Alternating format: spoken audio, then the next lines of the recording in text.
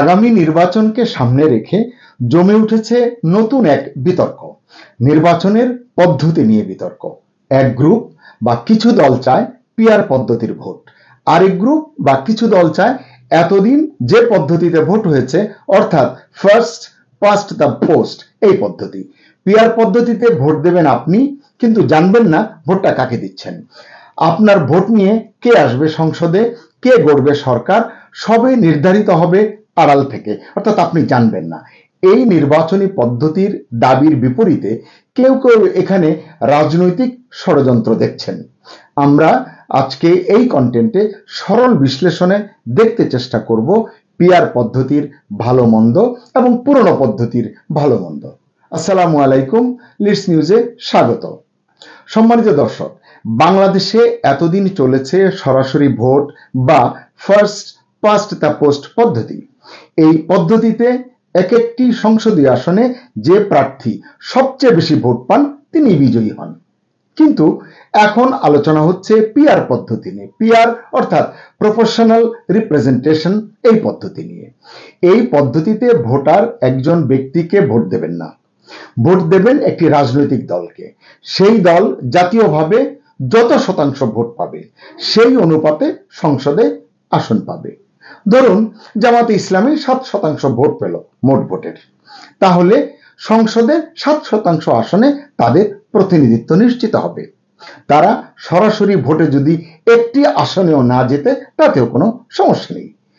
এই পদ্ধতিতে ভোট করতে চাচ্ছে জামাতে ইসলামী বাংলাদেশ, ইসলামী আন্দোলন বাংলাদেশ, ভিপি নূরের দল গণ অধিকার পরিষদ, সিপিবি এবং বাম গণতান্ত্রিক জোট। এই জায়গায় বাম দলগুলোর সঙ্গেও ইসলামপন্থী দলগুলোর চমৎকার একটি সাযুজ্য আমরা পেলাম। এই গ্রুপের দাবি, তারা বলছেন এটাই যথাযোগ্য প্রতিনিধি নির্বাচনের সেরা উপায়। এতে স্বচ্ছতা বাড়বে, ভোট নষ্ট হবে না, ছোট দলগুলোর জন্য সংসদে যাওয়ার সুযোগ তৈরি হবে।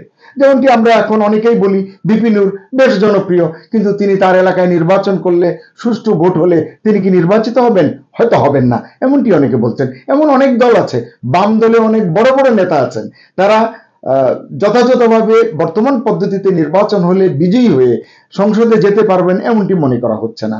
ইসলামী আন্দোলন বলুন, জামাত ইসলামী বলুন, সবার ক্ষেত্রেই অনেক জায়গায় অনেক গুরুত্বপূর্ণ নেতা তাদের রয়েছেন, কিন্তু সেখানে দেখা গেল দলীয় ভিত্তিতে যখন বিএনপি, আওয়ামী লীগ, জাতীয় পার্টি এরা যখন অ্যাক্টিভলি নির্বাচনে অংশ নেয় তখন এই ভোটগুলো তাদের চলে যায়। তারা তাদের যে সীমিত ভোট বা ভোট ব্যাংক সেটি দিয়ে তারা নির্বাচিত হতে পারেন না। তাদের মতে পিআর পদ্ধতিতে ক্ষমতা এককভাবে নয়, ভাগাভাগি হবে সবাইকে নিয়ে। ওই যে ছোট দল, বড় দল, মাঝারি দল সবাই আসবে, পার্লামেন্টটা সুন্দর হবে, নানান মতের সম্মিলন ঘটবে, এটি তারা বলছেন। অন্যদিকে বিএনপি, নাগরিক ঐক্য, এনডিএম, লেবার পার্টি, 12 দলীয় জোট তারা বলছে এই প্রস্তাব বা এই চিন্তা বাস্তবতা বর্জিত। বাংলাদেশের নির্বাচনী সংস্কৃতির সঙ্গে এটি যায় না, এটি তারা বলছেন। কেন বলছেন? এতে দুর্বল সরকার গঠনের ঝুঁকি বাড়ে, রাজনৈতিক বার্গেনিং হবে ভয়ঙ্কর পর্যায়ে, এটি তারা বলছেন। বিএনপির ভারপ্রাপ্ত চেয়ারম্যান তারেক রহমান এই বিষয়ে এক ধাপ এগিয়ে বলেছেন, আপনারা ইতিমধ্যেই জেনেছেন, এই পদ্ধতি পিআর পদ্ধতি আসলে ভবিষ্যতে ফ্যাসিজম পুনর্বাসনের পথ খুলে দিতে পারে।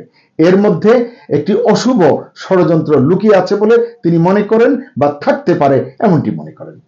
আপনারা জানেন রাজনৈতিক দলগুলো এখন প্রায় একমত দুই কক্ষের সংসদের বিষয়ে।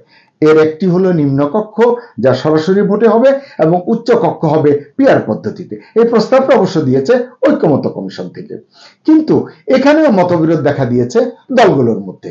জামাত এবং ইসলামপন্থী দলগুলো চাচ্ছে উভয় কক্ষে পিআর পদ্ধতিতে নির্বাচন হোক।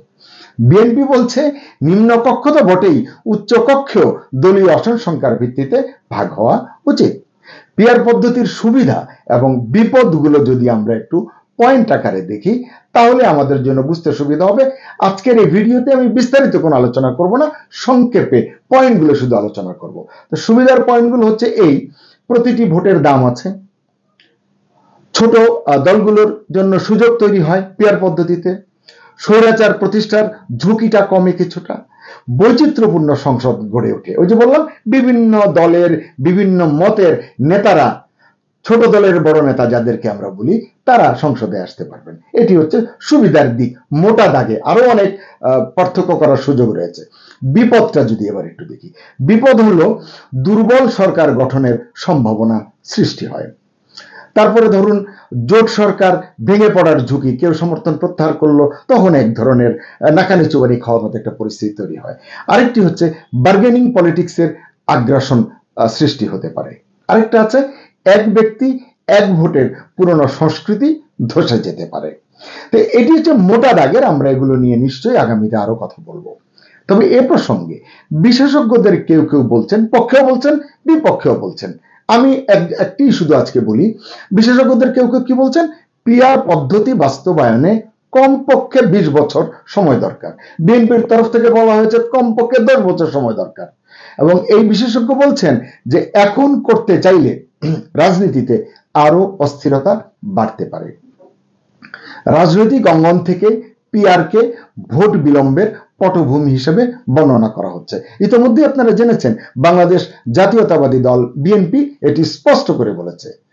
বিএনপি এবং সংশ্লিষ্ট 12 দল বলছে এই পিআর পদ্ধতির বিতর্ক তোলা হচ্ছে আসলে নির্বাচন বিলম্বিত করার জন্য, অথবা রাজনৈতিক অনিশ্চয়তা সৃষ্টি করার জন্য, অথবা নির্বাচন যেন না হয় সেজন্য। এটি বিএনপির স্থায়ী কমিটির সদস্য সালাউদ্দিন আহমেদ কয়েকদিন ধরেই বলছেন।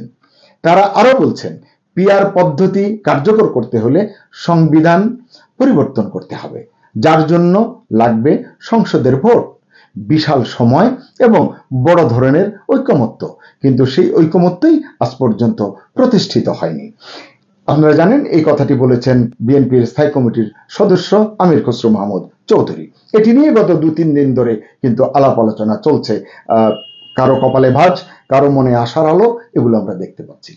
এখন আমরা যদি এটিকে শেষ করতে চাই, তাহলে প্রশ্ন কিন্তু উঠতে পারে, পিআর পদ্ধতির নামে কি সরকার এবং কিছু ছোট দল সময় কিনতে চাইছে? ওই যে বিলম্বের কথা তারা বললেন, অথবা সত্যি সত্যি নির্বাচন পিছিয়ে দেওয়ার রাস্তা কেউ তৈরি করতে চাচ্ছে কিনা? এটিও কিন্তু প্রশ্ন উচ্চারিত হচ্ছে, অনেকের মনে এটি আসছে। সাধারণ মানুষ কিন্তু অন্য কিছু ভাবছে, তাদের মনে অন্য প্রশ্ন খেলা করছে। তারা চিন্তা করছে এটা কি একটি সুষ্ঠু নির্বাচন পদ্ধতির খোঁজ কিনা, নাকি বাংলাদেশের রাজনীতিকে জোট এবং ভাগ বাটোয়ারার বাজারে নামিয়ে আনার নতুন ফাঁদ। পিআর পদ্ধতিতেই যদি শেষ পর্যন্ত নির্বাচন হয়, মানে যদি হয়, এটি আমরা এখনো জানি না, তাহলে বড় দলগুলো ক্ষমতার ভাগ হারাতে পারে। অর্থাৎ তাদের যে অবস্থান সাধারণত হয় সেটি হবে না, সেই জায়গায় তাদের কর্তৃত্ব কিছু কমবে। আর যদি পুরনো পদ্ধতিতেই আবারও ভোট হয়, তাহলে ছোট অনেক দল হয়তো আসনই পাবে না, যেটা আমরা অতীতে দেখেছি। তাহলে বলতে পারেন এই দ্বন্দ্বেই এখন হয়তো আটকে আছে আগামীর নির্বাচন। সন্দেহ বলুন, সংশয় বলুন, দোলাচল বলুন, এটি কিন্তু ইতোমধ্যেই বিভিন্ন জনের মনের মধ্যে ঠাঁই পেয়েছে। এটি প্রকাশ্য নয় একেবারে, আবার অপ্রকাশ্যও নয়, এইভাবে কিন্তু এটি হচ্ছে। স্পষ্টভাবে আসলে বিষয়টি বুঝতে হলে আমাদের আরেকটু সময় নিতে হবে। আজকে মোটা দাগে কয়েকটি কথা বলে সূচনা করলাম পিআর পদ্ধতি এবং সরাসরি বা ফার্স্ট পাস্ট দ্য পোস্ট পদ্ধতি নিয়ে আরো কন্টেন্ট করব ইনশাআল্লাহ, চেষ্টা করব করতে। কারণ জনগণের কাছে এই দুই পদ্ধতির ভালো মন্দ, সুবিধা ও অসুবিধাগুলো যত স্পষ্ট হবে, পদ্ধতি নির্বাচনে অর্থাৎ আগামী পদ্ধতি নির্বাচনের বিষয়টি তত সহজ হবে, অর্থাৎ সার্বিকভাবে বিতর্ক দূর হতে পারে। শেষ করব, তার আগে আপনাদের উদ্দেশ্যে প্রশ্ন রেখে যাই, পিআর পদ্ধতি আদৌ কি গণতন্ত্রের উন্নয়ন নিশ্চিত করবে, নাকি এর পেছনে রয়েছে কোনো গভীর ষড়যন্ত্র?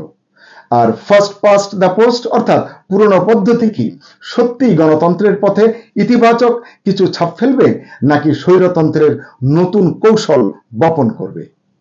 শুভকামনা সবার জন্য। আল্লাহ হাফেজ।